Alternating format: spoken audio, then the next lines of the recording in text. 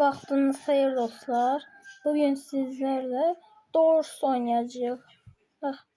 Bir de iyun ayında gelen güncelleme ile artık Roblox Select var. Bunu rəylerde açıkça koyarım. Neyse. Bugün sizlerle kapılar oynayacağıq. Yani Doors. Ben bu oyunu yan kanalımda da oynamışam. Yan kanalımda Sultan Senan'dı. Yani buradaki aboneler, her yan kanalımdaki aboneleri nəzərdə tuturam. Hem bu kanala da abone olsun. Çünkü bu benim ikinci kanalımdı. Diğer kanalda niye video çekmirsən diye soruşursanız, artık o kanalı kardeşime vermişəm. Yani o çəkəcək. Özel çekme həvəsi yoxdur. Dün. Pulum yoxdur diye hem beni heç nə sorgulatmadı. Neyse devam etdirək. Hop. Neyse.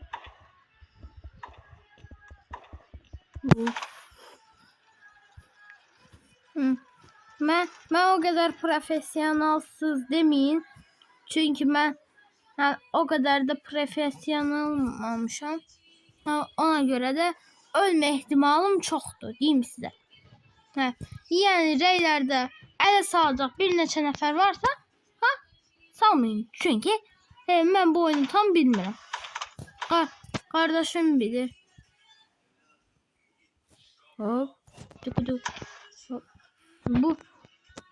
Bu cihazda iki ihtimal var. Bu cihazda ya problem var ya başka bir şey var. Neyse. Bu cihazı yeni almışım ona göre. Ben hiç de yapmıyorum o. Ne oluyor lan o? Dur. Bir adam gibi yürüyelim.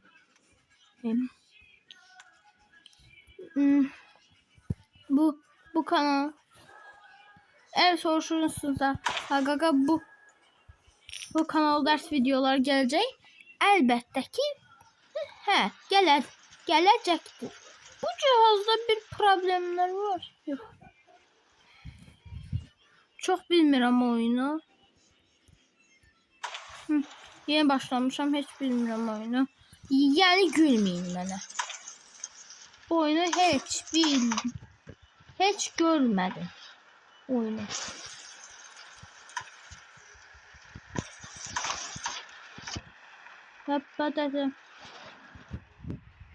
Bu uşaqlar özel değildir. Yani diyək ki 10 yaşın üzerinde, yani 10 yaşın üzerindeki altındaki uşaqlar izləməsin. Yani yoksa korkarsınız. Yatak görünmez olmuş. Oha. Yatak görünmez. Ne? Oyuna mı bir şey oluyor? Ne oluyor? Dostlar, şərhlərdə qeyd edersiniz. Bu cihazın özündendir mi olur yoksa oyunda mı pis yazılım var? Yani virüs. Oyun kafayı yedi. Şərhlər gələrsiniz. Sonraki hissədə davam etdirim mi diye. Evet.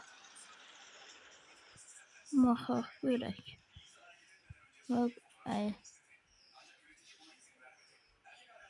Açar. Ben ne kadar şanssızım.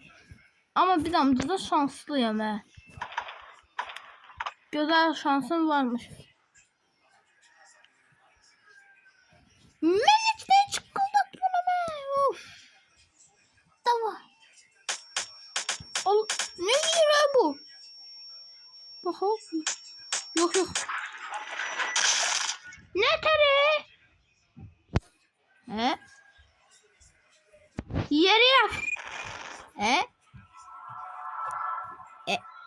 Oh, oh, hello, it is you. You died, Ice'a ölmüşüm.